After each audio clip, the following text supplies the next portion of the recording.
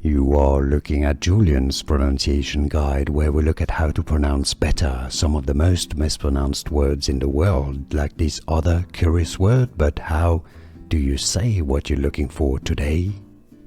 Word pronunciation. This is a word from French originally, meaning idol, and it's the name of a Lancôme perfume. Idole is the French pronunciation, so it's not idol or idole. Idole. Idole is how we'd say it in French. Therefore, in English, you can simply say it as idole, Lancôme idole. Here are more videos on how to pronounce more confusing words and names too many mispronounced. Like this video if you found it useful. I appreciate your support. I'll see you soon and thanks for watching.